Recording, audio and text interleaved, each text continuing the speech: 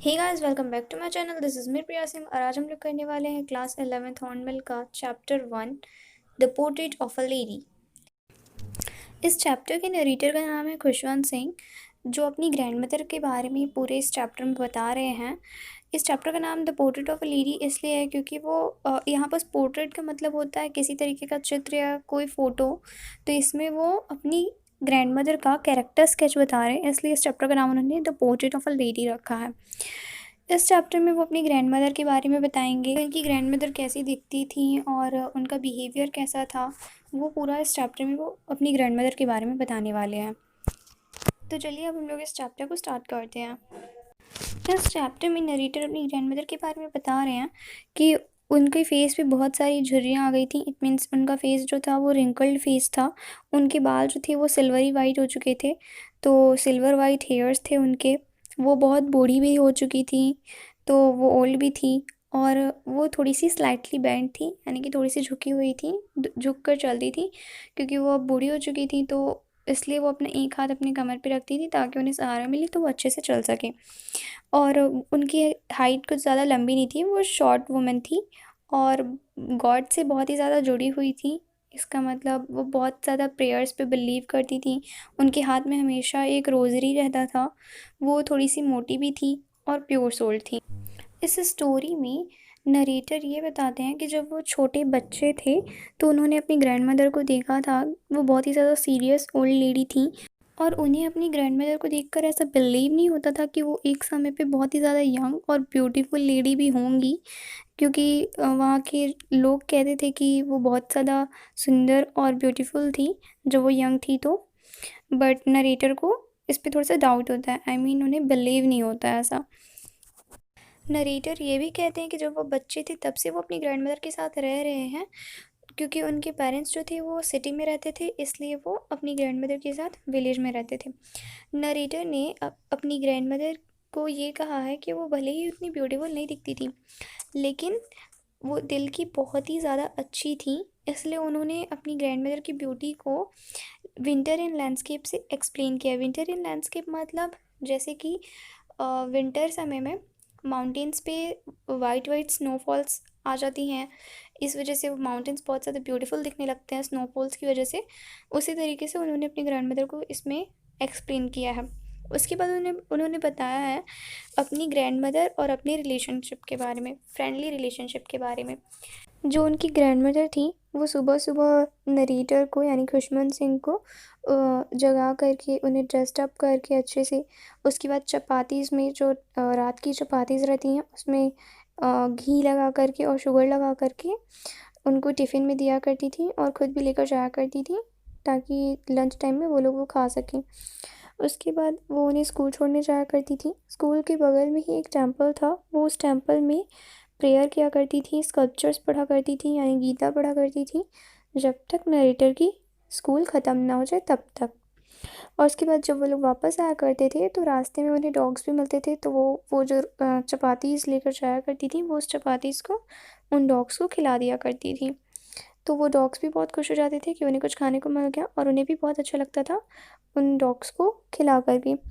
उसके बाद ये पूरा फ़ेज़ 1 था और फिर फ़ेज़ 2 में क्या होता है, जो नरेटर के यानी खुशवंत सिंह के जो पेरेंट्स थे वो लोग वेल सेटल हो गए थे सिटी में, इसलिए उन लोगों ने ग्रैंडमदर को और नरेटर को सिटी में बुला लिया। तो जब वो सिटी में नरेटर शिफ्ट हो गए और उनकी ग्रैंडमदर, तो उन दोनों एक ही कमरे में रहते थे, इसलिए वो लोग अपना कमरा शेयर किया करते थे। बट अब क्या था कि जो ग्रैंडमदर थी वो नरेटर को उनकी स्कूल छोड़ने नहीं जाया करती थी।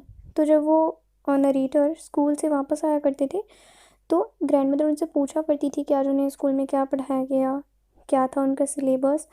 तो पर वो खुश नहीं थी उनके सिलेबस से, क्योंकि जो नरेटर थे वो उस वक्त मॉडर्न साइंस और इंग्लिश पढ़ रहे थे, जो कि जो ग्रैंडमदर थी उनको ज़्यादातर समझ नहीं आता था।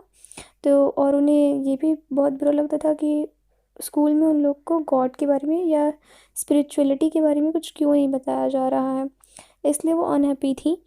और जो न्यू जनरेशन के उन लोग के मॉडर्न जनरेशन के जो सॉन्ग्स थे वो भी उन्हें अच्छे नहीं लगते थे।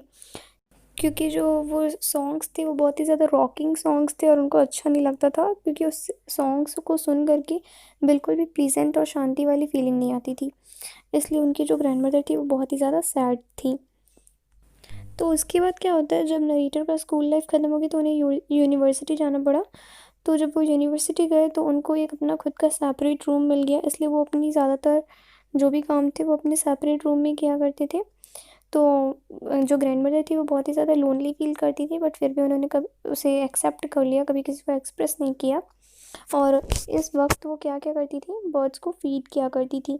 और ये एक तरीके से उनकी लाइफ का बेस्ट मोमेंट भी था, क्योंकि वो पूरा दिन अपने साथ बिताया करती थी। और उसके बाद जो नरेटर थे उन्हें अपनी फर्दर स्टडीज़ के लिए अब्रॉड जाना पड़ा। नरेटर के अब्रॉड जाने की वजह से जो ग्रैंडमदर थी वो बहुत ही ज़्यादा अनहैप्पी थी, बट फिर भी उन्होंने अपनी इमोशंस को किसी को भी शो नहीं किया और नरेटर को स्टेशन तक छोड़ने गए। नरेटर जो थे वो बहुत बिल्कुल भी श्योर नहीं थे कि वो 5 साल के बाद जब अपनी यूनिवर्सिटी की स्टडी करके आएंगे तो वो अपनी ग्रैंडमदर को देख पाएंगे, क्योंकि जो ग्रैंडमदर थी वो बहुत ज़्यादा ओल्ड थी। उनकी एज की वजह से उन्हें ऐसा लग रहा था कि पता नहीं वो उन्हें 5 साल के बाद जब आएंगे तो उन्हें देख पाएंगे कि नहीं देख पाएंगे। तो आप लोग ये पॉइंट नोट कर लीजिएगा कि वो जो यूनिवर्सिटी के लिए गए थे वो 5 ईयर्स के लिए गए थे। जब वो 5 ईयर्स के बाद वापस आते हैं तो जो उनकी ग्रैंडमदर थी वो उनको स्टेशन पे वेलकम करने के लिए गई थी। तो उन्हें बहुत खुशी हुई ये देख कर कि उनकी ग्रैंडमदर ने उन्हें वेलकम किया, उनकी ग्रैंडमदर को वो देख पाए। उसके बाद इवनिंग को जो उनकी ग्रैंडमदर थी वो सॉन्ग्स गाने लगती हैं और ड्रम बजाने लगती हैं, पुराने ड्रम्स को बजाने लगती हैं अपनी अड़ोस पड़ोस की वुमेंस के साथ। बल्कि वो हमेशा प्रेयर किया करती थी, लेकिन पता नहीं क्यों वो अचानक से गाना वाना गाने लगी और उसके बाद अपनी फ्रेंड्स के साथ, बाकी वुमेंस के साथ पुराने ड्रम्स को बजा रही थी। उसके बाद एक दिन क्या हुआ, जो उनकी ग्रैंडमदर थी वो बहुत ही ज़्यादा बीमार पड़ गई और इस बार उनकी ग्रैंडमदर को ये बात पता था कि अब वो और नहीं जी सकती हैं। तो वो उनकी जो डेथ थी वो बहुत ही ज़्यादा पीसफुली हुई। उनकी सारी जो विशेस थी वो सब विशेस पूरी हो गई और जो नरेटर थे उन्हें बहुत ही ज़्यादा मिस कर रहे थे।